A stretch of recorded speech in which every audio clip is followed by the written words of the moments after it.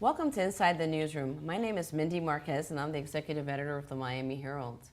50 years ago, a group of Cuban fighters embarked on a covert operation to topple Fidel Castro's fledgling revolution. Within days, the CIA-sanctioned invasion was quashed. The Brigade 2506 had been defeated. The Bay of Pigs, as it came to be known, was a pivotal point in U.S. history. It also shaped the future of South Florida and Cuba. The Miami Herald and the Nuevo Herald have collaborated on a project that looks at the operation through the lens of the fighters. With me today are two of the lead reporters on this project, Luisa of the Miami Herald and Juan Tamayo of the Nuevo Herald. Juan, you've been a foreign correspondent for decades and you're deeply knowledgeable about the Bay of Pigs operation. So how did you approach this project? Well, we wanted to tell the story through the stories of the men who participated in the landing in the 3 days of fighting and who were jailed in Cuba for 20 months after that.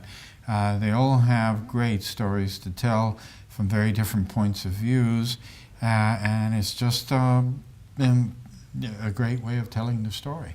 So Luisa, part of this project involves a database that lists the thousands of exiles who signed up to take part in this operation. You frequently talk about the power of a list.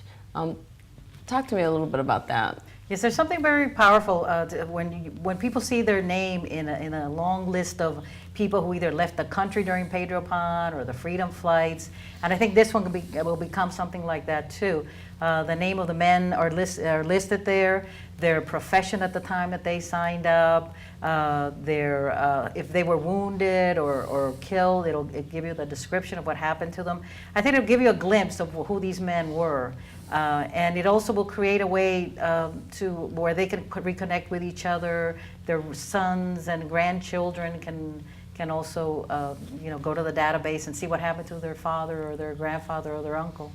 So Juan, looking back through the lens of history, what was the significance of the Bay of Pigs invasion, both in the United States and in Cuba?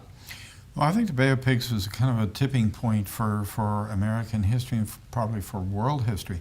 The first thing that comes to mind, of course, was the missile crises of 1962, a year after the invasion.